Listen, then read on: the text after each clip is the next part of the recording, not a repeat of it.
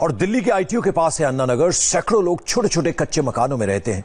बारिश काल बनकर आई, कई घर बारिश के पानी में बह गए। इंडिया टीवी संवाददाता मनीष प्रसाद उस स्पॉट पर पहुंचे और उन लोगों से बात की जिनके सिर से आज छत छिन गई। ये तस्वीर किसी पहाड़ी इलाके की नहीं बल्कि देश की राजधानी दिल्ली की है और ये आईटीओ के पास अन्ना नगर है जो कि WHO बिल्डिंग के ठीक करीब में पूरा इलाका पड़ता है। यहाँ पे करीबन 2000 से ज्यादा घर हैं और ठीक सामने यहाँ पर नाला है। ये नाला एडजॉइनिंग नाला है और इसी नाले के साथ में जो तस्वीरों में आपको दिखाई दे रहा है ये घर गिरता हुआ, ये इन्हीं का घर है। और जब तेज बारिश हुई तो सभी लोग घर से बाहर निकल आए थे। क्या नाम है आपका? मेरा नाम पुष्पा है। पुष्पा जी, ये वीडियो आप ही के घर का है? जी हाँ जी। तो कितने बजे की बात है और कैसे तेज बारिश हो रही थी? बारिश तो तेज हो रही थी, 8:10 की बात है उस टाइम, या 8:10 या 8:15 यही टाइम है। इतना समय नहीं मिला देखने का क्योंकि ये तो था जल्दी से घर बाहर निकलो। यहाँ पेड़ था पहले, वो जैसे पेड़ गिरा इनका, तो जो इनका पेड़ गिरता हुआ देख के हम लोग घर से बाहर निकले और जैसे ही हम बाहर निकल के 10 कदम की दूरी पे आए वैसे ही तो हमारा घर गिर गया। आपके घर में कौन कौन से लोग थे? और मेरे घर में हमारे सारे लोग बाहर निकल आए, लेकिन हमारा एक बकरा, बकरी, 2 तोते ये सब दब गए और घर का सारा सामान भी चला गया। सब कुछ सभी लोग लगातार चिल्ला भी रहे हैं कि घर से बाहर निकलो, घर से बाहर निकलो। बहुत वो हमारी एक रिश्तेदार आई हुई, उन नेत्रहीन, उन्हें दिखता नहीं, उन्हें बाहर निकालते निकालते थोड़ा समय लग गया और इतनी देर में तो मकान दब गया। बहुत मुश्किल से घर आदमी बनाता है। अब ऐसे में इस हालात को देखते हुए बहुत सभी लोग आके पूछ रहे होंगे आपसे कितनी दिक्कत हो गई आपको? दिक्कत ही है सर, क्या है, कुछ भी नहीं है। इतने सालों से जो भी जोड़ा था,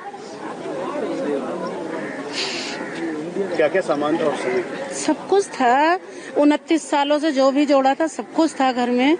फ्रिज, टीवी, अलमारी, सिलेंडर, खाने पीने का सारा सामान सब कुछ था। ये कितने टाइम से आप यहाँ पे रह रहे हैं? और हम क्या तो काफी सालों से रह रहे हैं। देते हैं सब, मतलब जो कागज हैं वो सब बने हुए? सब कुछ थे लेकिन कुछ भी नहीं बचा है। ये लगा लो मोबाइल भी बाहर नहीं निकाल पाए, वो भी दब गया क्योंकि जब नाला भरा तो घर में पानी भरने लग गया तो सामान उठा उठा के ऊपर रखने लग गए। जब बाहर निकलने लग गए तो सामान को लेके भागे, हम खुद भागे। अभी भी आप देखें जो लोग हैं अपने घरों में सामान है, वो क्या कहते हैं, 10 घर थे किनारे पे, 9-10 घर गिरे हैं, लेकिन उनका जो आधा बचा है तो अपना सामान निकाल रहे हैं। हमारा तो घर ही नक्शे में नहीं है तो हम क्या निकालें सामान। तो आपका कौन सा घर था? ये सामने दिख रहा है साहब, जिसमें बेड है। 2 मंजिल का मकान था हमारा, कुछ भी नहीं रह गया, कुछ भी नहीं है, बच्चे के कपड़े तक नहीं है। इस टाइम हम बिल्कुल रोड पे आ चुके हैं। दिक्कत इस बात की है कि यहाँ पर करीबन 10 घर थे और एक जो तस्वीरों में घर टूटता हुआ दिखाई दे रहा है वो पुष्पा जी का है। परिवार के सभी लोग घर से आनन फानन में निकले। अभी भी जो नाले के साथ में जो एरिया था जहाँ पर कमरा बना हुआ था वो आधा कमरा पूरी तरीके से ढह चुका है। बेड बाहर की तरफ दिखाई दे रहा है और ये भी कहा गया कि जो इस समय के हालात हैं उसको देखते हुए ये भी कहा गया कि ये आप वैध तौर पर रह रहे थे। आप यहाँ पर कब से रह रहे हैं? साहब मैं जब से पैदा हुआ हूँ यहीं रह रहे हैं। आपका वोटर ID कार्ड, सब कुछ है, सब कुछ है, सब कुछ था, सब नाले में बह गया जी। इस टाइम कुछ नहीं बचा हम पे। इस टाइम हमारे पास सब कुछ है, सारी ID थी, जितना भी ID है सब कुछ थी। आज मैं 23 साल का हूँ, मैं यहीं पैदा हुआ। मेरे पास अब कुछ भी नहीं रहा, मेरा सारा कुछ बह गया इस पानी के अंदर। अभी आप तस्वीरों से आप समझ लें कि यहाँ पर जो नाले के पास एडजॉइनिंग 10 घर थे वो पूरी तरीके से तहस नहस हो गए। सवाल ये उठता है कि आखिरकार इस पे पूरी रिस्पॉन्सिबिलिटी किसकी है? कैमरा पर्सन प्रवीण के साथ Manish Prasad, India TV, Delhi. Corona का आंकड़ा हर दिन नए रिकॉर्ड बना रहा है, लोगों को डरा रहा है, लेकिन बड़ी बात यह है कि अब सामने आ रहे ज्यादातर मरीज एसिम्प्टोमेटिक हैं। मतलब कोरोना के जो लक्षण होते हैं वो उनमें नहीं दिखते। सवाल यह है कि फिर कैसे पता चले कि उन्हें कोरोना है?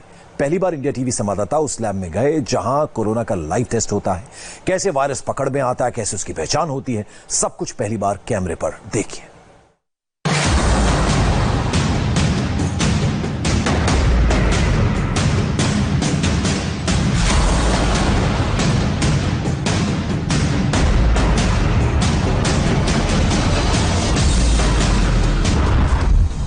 वो लैब जहां कोरोना वायरस के खिलाफ सबसे बड़ी जंग चल रही है। वो लैब जहां कोरोना वायरस को डिटेक्ट किया जाता है, ढूंढकर निकाला जाता है। वो लैब जहां कोरोना के संदिग्ध मरीज का स्वैब लेकर फिर कोरोना का टेस्ट किया जाता है। उस लैब से पहली बार इंडिया टीवी की एक्सक्लूसिव रिपोर्ट। हम मौजूद हैं एसआरएल डायग्नोस्टिक्स में गोरेगांव में, और यहाँ पर जो कोरोना की जांच होती है, कोरोना के स्वैब की जांच होती है, वो करवाई जाती है। स्वैब की जांच से लेकर जो रिपोर्ट है उसकी पूरी प्रोसेस आज हम आपको सीधे कोरोना लैब से बताएंगे। कोरोना के किसी भी संदिग्ध मरीज से सबसे पहले आईसीएमआर गाइडलाइंस का फॉर्म भरवाया जाता है, रजिस्ट्रेशन होता है, फिर स्वैब कलेक्ट किया जाता है।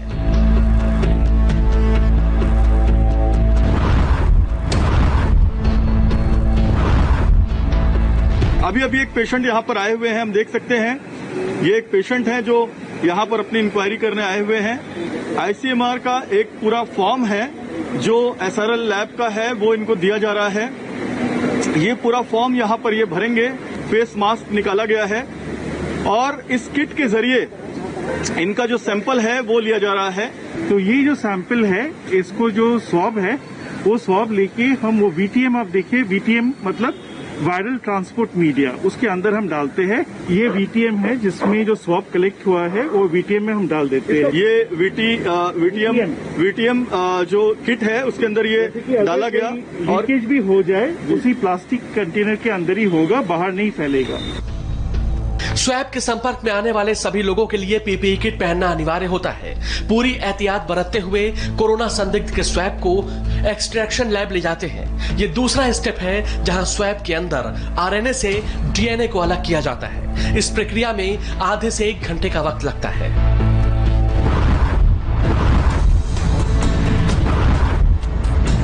तो यहाँ पर एक टीम आई, हम देख सकते हैं, जिन्होंने ये स्वैब अपने हाथ में ले लिया है। हम इनसे बात करने की कोशिश करते हैं। मैम, आप ये बताएं कि डॉक्टर साहब आपने बताया कि ये आगे का प्रोसेस क्या है? तो अभी हम इस टीम को, फर्स्ट टीम को हमने दे दिया। ये जो सैंपल है ये लेके अभी अंदर प्रोसेसिंग करेंगे। इसमें से जो है हमने जो पहले बताया कि इसका एक्सट्रैक्शन करके तब आरएनए को डीएनए कन्वर्ट करके जो डीएनए है उसको हम आगे करेंगे। बाकी ये बताएंगे। डॉक्टर साहब, आप बताएं कि अंदर क्या होता है, ये स्वैब आप अंदर कैसे ले जाते हैं? मैं ये swab sample negative pressure area से थ्रू लेके जाती हूँ पीएसएल में, एंड देन मैं उसको आरएनए एक्सट्रैक्ट करती हूँ ऑटोमेशन प्रोसेस से। तो I will go from here in the negative area. इसके बाद कोरोना संदिग्धों के स्वैब एक्सट्रैक्शन सैंपल्स को एक बकेट में रखकर मेन लैब ले जाते हैं। यह कोरोना की जांच का तीसरा स्टेप है, जिसमें सैंपल्स को मास्टर मिक्स रूम में ले जाया जाता है, जहां 90 से ज्यादा कोरोना संदिग्धों के सैंपल में रीएजेंट यानी केमिकल मिलाकर बॉक्स को सील कर दिया जाता है। इस काम में 1 घंटे का वक्त लगता है।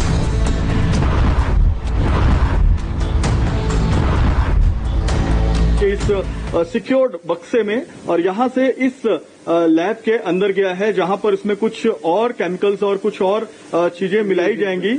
इसको मिलाए जाने के बाद दोबारा ये सैंपल जो है वो इस टीम को दिया जाएगा जिन्होंने एक्सट्रैक्टेड स्वैब को यहां पर लाया था। फिर ये चौथे लैब में जाएंगे और ये देखिए, इसमें मिक्सिंग चल रही है। जी बिल्कुल, साफ तौर पर हम देख सकते हैं जो स्वैब एक्सट्रैक्ट किया गया था उसके अंदर रिएजेंट मिक्स किए जा रहे हैं, मास्टर मिक्सिंग की जा रही है। उसके बाद आगे का प्रोसेस होगा। तो इसमें एक सा वेल होता है, ठीक है ना। वो वेल जो है उस वेल में एक अलग अलग सैंपल्स आते हैं इसमें, जिसमें हमने वो बाकी मास्टर मिक्स और बाकी रिएजेंट मिक्स किया है करके इसको पूरा सील कर दिया। हाँ। ये जो है ये अभी जाएगा मशीन के अंदर।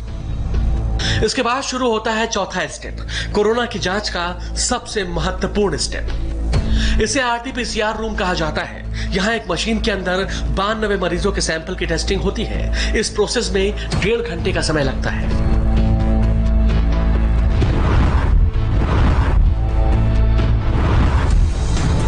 अब हम अंतिम चरण में आए हैं आरटीपीसीआर लैब में। ये आरटीपीसीआर लैब में ये पता चलेगा कि जो स्वैब मरीज की कुछ घंटे पहले ली गई थी उस स्वैब का नतीजा क्या आया है, वो स्वैब पॉजिटिव आई है या नेगेटिव आई है। तो आरटीपीसीआर लैब के अंदर हम एंट्री कर रहे हैं और ये देखिए ये लैब के अंदर हम आ गए हैं।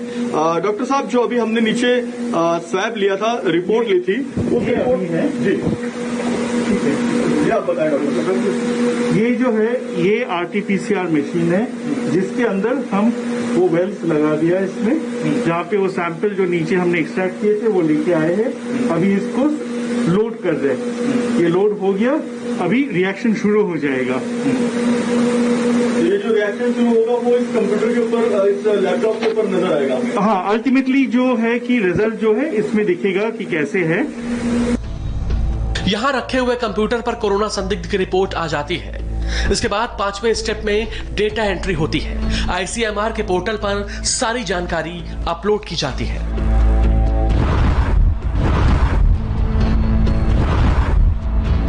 हम अब अपने आखिरी चरण में आ गए हैं। ये डेटा एंट्री वार्ड है और डेटा एंट्री वार्ड का क्या विशेषता है ये हम आपको बताते हैं। डैशबोर्ड पर ये पूरी एंट्री की गई है। इस डैशबोर्ड पर जो एंट्री है डॉक्टर साहब, total numbers of sample tested, और ये पूरा जो डेटा एंट्री है, ये डेटा एंट्री कहाँ पर भेजते हैं हम लोग सर? ये जाता है ICMR में जाता है और ICMR से वो MCGM जो एपिड सेल है, BMC एपिड सेल जो है, जो पूरा कोविड ऑपरेशंस जो कंट्रोल करते हैं बॉम्बे में, उनके पास डेटा चले जाता है। कोरोना के खिलाफ जंग में इन लैब्स का बहुत बड़ा योगदान है। डॉक्टर और स्वास्थ्य कर्मी यहां अपनी जान खतरे में डालकर कोरोना के खिलाफ बहुत बड़ी जंग लड़ रहे हैं। कैमरामैन सचिन सावंत के साथ Jai Prakash Singh, India TV, Mumbai. Corona को हराने के लिए पूरी दुनिया में हर तरफ प्रयास हो रहे हैं। एक एक मरीज की जान बचाने के लिए जी जान लगाई जा रही है, लेकिन कोरोना की किलर रफ्तार हर दिन बढ़ती जा रही है। इसे रोकने के लिए मुंबई में एक स्पेशल अभियान की शुरुआत की गई। इसमें इंसानी खून में कोरोना की एंटीबॉडीज खोजी जा रही हैं। जमीन पर इस प्रोसेस को कैसे किया जा रहा है, इसकी पूरी ग्राउंड रिपोर्ट हमने तैयार की है। कोरोना को हराने के लिए अब मुंबई ने सबसे बड़ा अभियान चलाया है। पूरे मुंबई में कोरोना वायरस को हराने के लिए एंटीबॉडी की तलाश चल रही है। इसके लिए BMC मुंबई लोगों के ब्लड सैंपल्स का कलेक्शन कर रही है।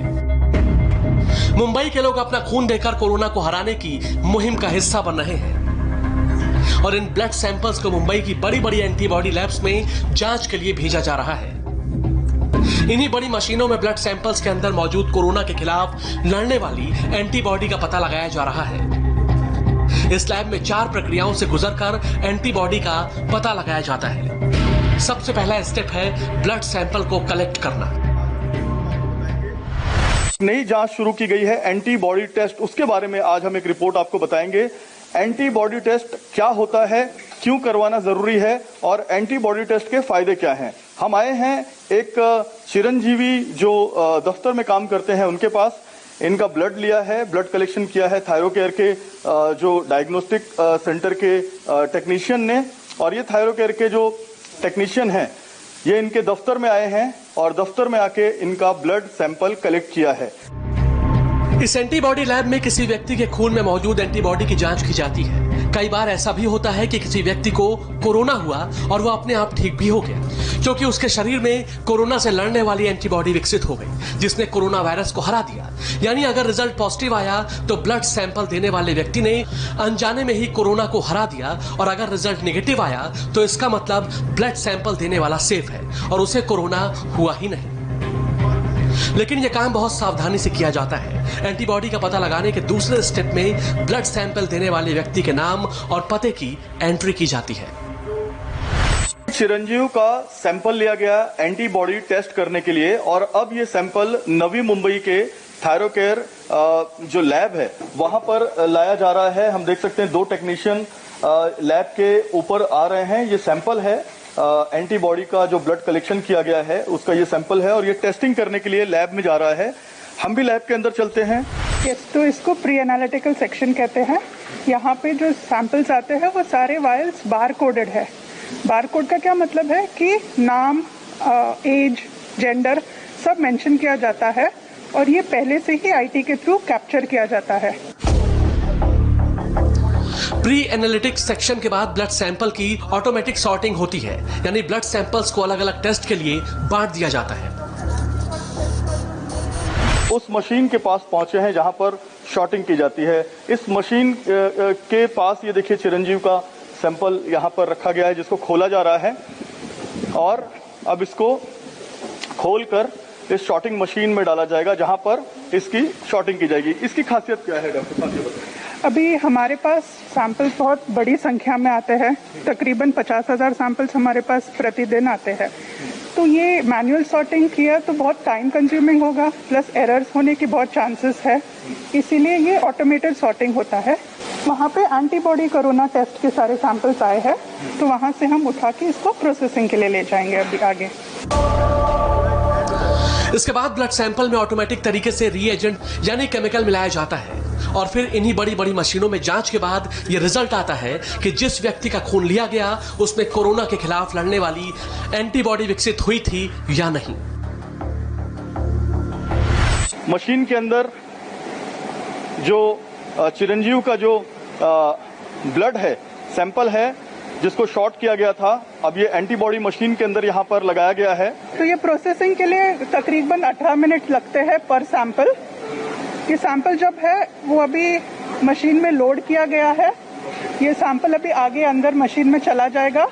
तकरीबन 20 माइक्रोलीटर ब्लड सैंपल खींचा जाता है मशीन से। अच्छा, 20 माइक्रोलीटर खींचा जाता है और फिर रिएजेंट जो है, एंटीबॉडी टेस्ट का जो रिएजेंट है उससे वो मिक्स होके, ये पूरा ऑटोमेटेड है तो इसमें कोई भी ह्यूमन एरर होने की कोई चांस है ही नहीं। वो अंदर मशीन के कैसे फंक्शन करता है उसकी जानकारी यहाँ पर आपको देखिए। फुल्ली ऑटोमेटिक मशीन है और अपने आप जो ब्लड के रिपोर्ट्स हैं उसमें जो रीएजेंट्स हैं वो कैसे मिलाए जा रहे हैं। रीएजेंट्स मिलाकर उसको जो मशीन है खुद, इसमें कोई मैनुअल व्यक्ति को इसमें कोई अपना हाथ लगाने की जरूरत नहीं है। इसमें रैक में सैंपल सिर्फ लोड करना है, ये बारकोडेड सिस्टम है हमारा। तो हाँ, तो वाइल पे ऊपर जो बारकोड रहेगा उसके अंदर जो भी टेस्ट ऑर्डर पेशेंट ने या फिर हमारे टीएसपी ने, फ्रेंचाइजीज ने जो भी टेस्ट ऑर्डर यहाँ पे एंट्री किए रहेंगे तो ये एलायंस के थ्रू अपने आप कैप्चर कर लेता है। एंटीबॉडी टेस्ट की ये मशीन है और यहाँ पर पूरी रिपोर्ट आ रही है। जो चिरंजीव की रिपोर्ट गई है वो भी रिपोर्ट यहाँ पर आएगी अभी हमारे सामने कि चिरंजीव जिनका एंटीबॉडी टेस्ट किया गया था वो पॉजिटिव आए हैं या नेगेटिव आए हैं। चिरंजीवी के ब्लड सैंपल से निकला हुआ एंटीबॉडी पॉजिटिव निकला है, यानी अनजाने में ही उनके शरीर के एंटीबॉडी ने कोरोना को हरा दिया है। चिरंजीव हमारे साथ हैं जिनकी जो रिपोर्ट है एंटीबॉडी की, उसका ब्लड टेस्ट इन्होंने सुबह दिया था। अभी ये ब्लड टेस्ट की रिपोर्ट आई है। चिरंजीव, आप ये बताएं कि एंटीबॉडी की आपकी रिपोर्ट क्या आई है? मेरी एंटीबॉडी की रिपोर्ट पॉजिटिव आई है। मेरा वैल्यू 109 है। इसका मतलब है कि मैं अभी अपना प्लाज्मा लोगों को डोनेट कर सकता हूं और मैंने मेरे अंदर एंटीबॉडी जनरेट किया है टू फाइट कोरोना। मुंबई को यकीन है कि यह मिशन जरूर कामयाब होगा, इसीलिए पूरी मुंबई में लोग बढ़ चढ़कर इस अभियान में हिस्सा ले रहे हैं और अपने ब्लड सैंपल्स दे रहे हैं। अब प्रशासन जो है कोरोना का स्प्रेड कितना हुआ है और लोगों के शरीर में क्या एंटीबॉडीज तैयार हुई है ये जांचने के लिए अब सीरो सर्विलेंस यानी कि सीरो सर्वे कर रही है। और मुंबई में शुरुआती दौर में दहिसर, चेंबूर और माटुंगा, इन 3 वार्ड में जो है ये सर्वे का काम शुरू हो चुका है। इस वक्त हम मौजूद हैं मुंबई के माटुंगा इलाके में, पारसी कॉलोनी का इलाका है, जहाँ पर आप देख सकते कि तमाम यहाँ पर डॉक्टर्स की टीम मौजूद है, पीपी किट इन्होंने पहने हुए हैं और ये जो है यहाँ पर इलाके के जो लोग हैं रैंडमली जाकर सर्वे करते हैं, उनके ब्लड सैंपल कलेक्ट करते हैं और इस ब्लड सैंपल से ये पता चल जाता है कि लोगों के शरीर में एंटीबॉडीज तैयार हुई या नहीं। जो एंटीबॉडी जो क्रिएट हुए हैं उससे पता चलता है कि पेशेंट पहले पॉजिटिव था या नेगेटिव था। उसका अगर रिजल्ट नेगेटिव आया तो उनकी इम्यूनिटी और उनसे वो पूरा हम लोग एक ये रेडी करते हैं। और जो हमारे अभी जो हमारे मुख्यमंत्री साहब ने कल जो प्लाज्मा थेरेपी का जो ये किया था उसके वजह से भी ये एंटीबॉडी टेस्ट बहुत काम में आएगी। मुंबई कोरोना के खिलाफ बहुत शिद्दत से लड़ रही है। अब मुंबई के लोगों ने ठान लिया है, इसलिए कोरोना की हार तय है। संदीप चौधरी के साथ जयप्रकाश सिंह, इंडिया टीवी, मुंबई। वक्त एक छोटे से ब्रेक का है, लेकिन ब्रेक पे जाते जाते आपको बता दें अब से कुछ देर बाद यानी शाम 5 बजे स्वामी रामदेव का मॉनसून योग सेशन में शामिल होना आप ना भूलिएगा, जिसमें योग गुरु बताएंगे बदलते मौसम में खुद को फिट रखने का योगासन।